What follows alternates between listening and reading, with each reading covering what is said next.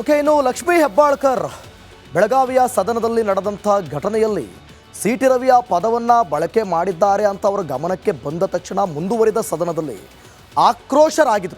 ಆಕ್ರೋಶವಾಗಿ ಏಕವಚನದಲ್ಲಿ ಮಾತನಾಡಿದರು. ಆಮೇಲೆ ನಿನ್ನೆ ಭಾವುಕರಾಗಿ ಮಾತನಾಡಿದರು ಸಚಿವ ಲಕ್ಷ್ಮೀ ಹೆಬ್ಬಾಳ್ಕರ್.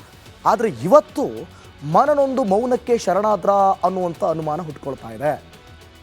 ಇಂದು ಸಾರ್ವಜನಿಕರ ಭೇಟಿಯನ್ನು ರದ್ದು ಮಾಡಿದ್ದಾರೆ ಹೆಬ್ಬಾಳ್ಕರ್, ಕಣ್ಮರೆಯಾಗಿದ್ದಾರೆ. ಇದರಿಂದ ಬೆಳಗಾವಿ ಕುವೆಂಪು ನಗರದಲ್ಲಿರುವಂಥ ಅವರ ನಿವಾಸ ಮತ್ತು ಅವರ ಕಚೇರಿ ಇವೆರಡೂ ಕೂಡ ಬಿಕೋ ಅಂತ ಇದೆ. ಸೊ ಹಾಗಾದರೆ ಯಾಕೆ ಸೈಲೆಂಟ್ ಆದರು? ಓಕೆ, ಇನ್ನು ಲಕ್ಷ್ಮೀ ಹೆಬ್ಬಾಳ್ಕರ್ ಬೆಳಗಾವಿಯ ಸದನದಲ್ಲಿ ನಡೆದಂಥ ಘಟನೆಯಲ್ಲಿ ಸಿಟಿ ರವಿಯ ಪದವನ್ನು ಬಳಕೆ ಮಾಡಿದ್ದಾರೆ ಅಂತ ಅವರ ಗಮನಕ್ಕೆ ಬಂದ ತಕ್ಷಣ ಮುಂದುವರಿದ ಸದನದಲ್ಲಿ ಆಕ್ರೋಶವಾಗಿ ಏಕವಚನದಲ್ಲಿ ಮಾತನಾಡಿದರು.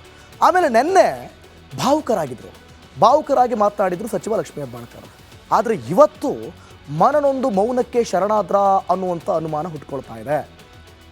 ಇಂದು ಸಾರ್ವಜನಿಕರ ಭೇಟಿಯನ್ನು ರದ್ದು ಮಾಡಿದ್ದಾರೆ ಹೆಬ್ಬಾಳ್ಕರ್, ಕಣ್ಮರೆಯಾಗಿದ್ದಾರೆ. ಇದರಿಂದ ಬೆಳಗಾವಿ ಕುವೆಂಪು ನಗರದಲ್ಲಿರುವಂಥ ಅವರ ನಿವಾಸ ಮತ್ತು ಅವರ ಕಚೇರಿ ಇವೆರಡೂ ಕೂಡ ಬಿಕೋ ಅಂತ ಇದೆ. ಸೊ ಹಾಗಾದರೆ ಯಾಕೆ ಸೈಲೆಂಟ್ ಆದರು?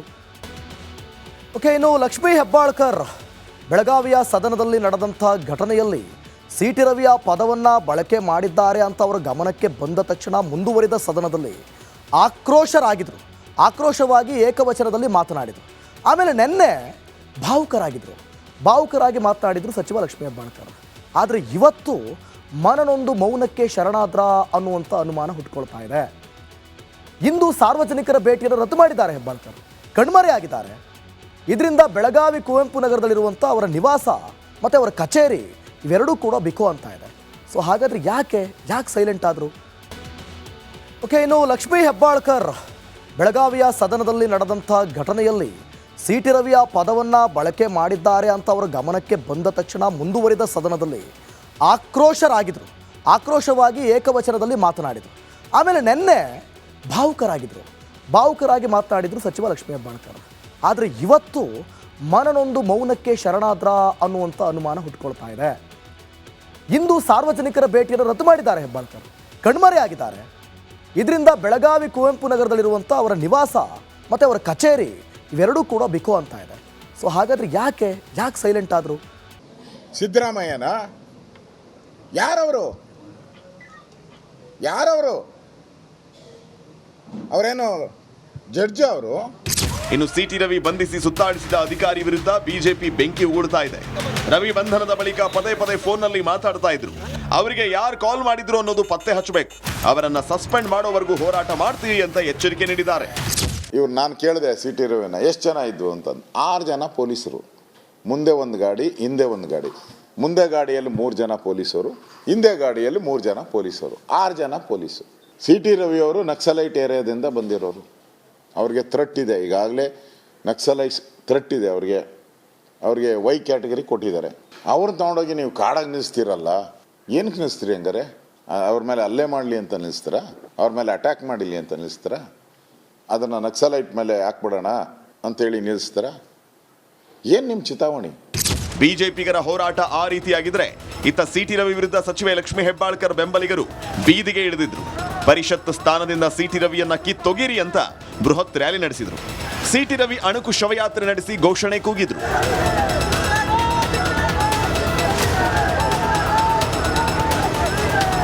Bureau report, Republic Kannada. ಅವಾಗ ಸಿಟಿ ರವಿ ಅವರನ್ನ ಅರೆಸ್ಟ್ ಮಾಡಲಾಯಿತು. ಅದಾದ ತಕ್ಷಣವೇ ಬಿಜೆಪಿ ಕಾರ್ಯಕರ್ತರು, ಸಿಟಿ ರವಿ ಅಭಿಮಾನಿಗಳು ಬೀದಿಗಿಳಿದಿದಂತೂ ನಿಮಗೆ ಗೊತ್ತೇ ಇದೆ. ಅವತ್ತು ರಾತ್ರಿಯಿಂದಲೇ ಬೆಳಗಾವಿಯಲ್ಲಾಗಿರ್ಬೋದು, ಪ್ರಮುಖವಾಗಿ ಚಿಕ್ಕಮಗಳೂರಿನಲ್ಲಾಗಿರ್ಬೋದು, ಕಾರ್ಯಕರ್ತರು ರಾತ್ರೋರಾತ್ರಿ ಬೀದಿಗಿಳಿದ್ರು. ಅದರ ಬೆನ್ನಲ್ಲೇ ಬಿಜೆಪಿ ಮತ್ತು ಕಾಂಗ್ರೆಸ್ ಕಾಳಗ ಇವತ್ತು ಕೂಡ ಬೀದಿಗಿಳಿದಿದೆ. ಇಬ್ಬರ ನಡುವೆ ಕಾಳಗ. ನಿನ್ನೆಷ್ಟೇ ಮಾತ್ರ ಅಲ್ಲ, ಇವತ್ತು ಕೂಡ ಭಾರೀ ಹೈಡ್ರಾಮಾಗಳು ನಡೆದು. ಹಾಗಾದರೆ ಎಲ್ಲೆಲ್ಲಿ ಏನೇನಾಯಿತು ಆ ಕುರಿತಂತೆ ಒಂದು ರಿಪೋರ್ಟ್ ಇಲ್ಲಿದೆ.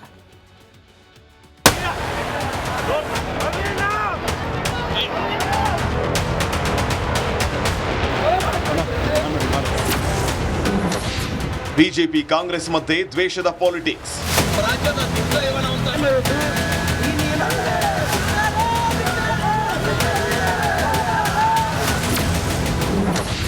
ರಾಜ್ಯದ ಹಲವೆಡೆ ಮುಂದುವರಿದ ಪ್ರೊಟೆಸ್ಟ್.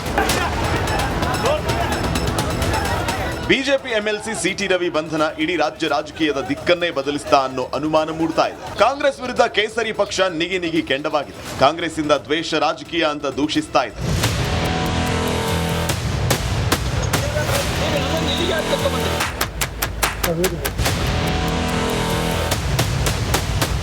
ರಾಜ್ಯದಾದ್ಯಂತ ಸರ್ಕಾರದ ವಿರುದ್ಧ ಕ್ಯಾಂಪೇನ್ಗೆ ಬಿಜೆಪಿ ಪ್ಲಾನ್ ಮಾಡ್ತಾ ಇದೆ.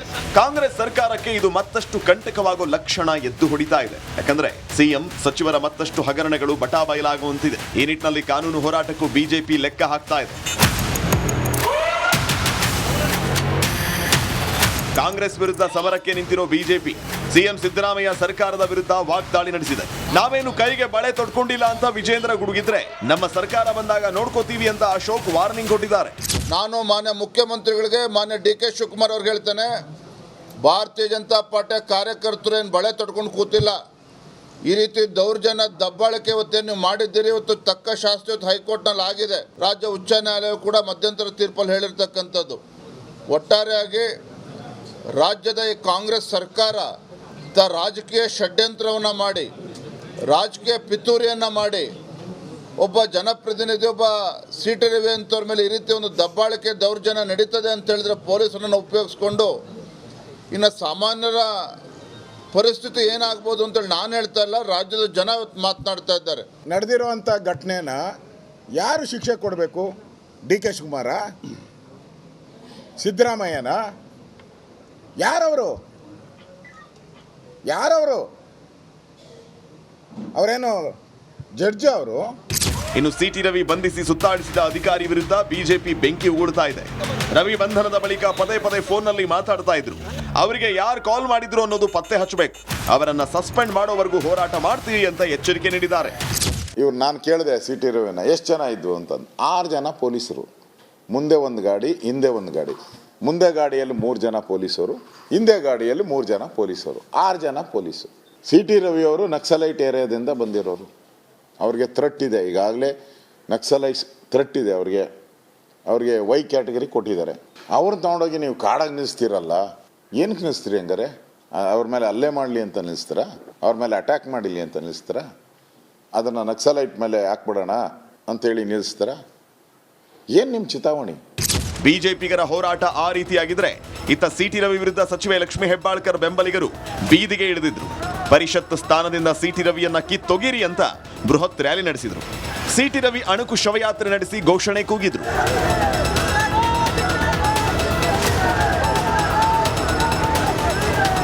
Bureau report, Republic Kannada.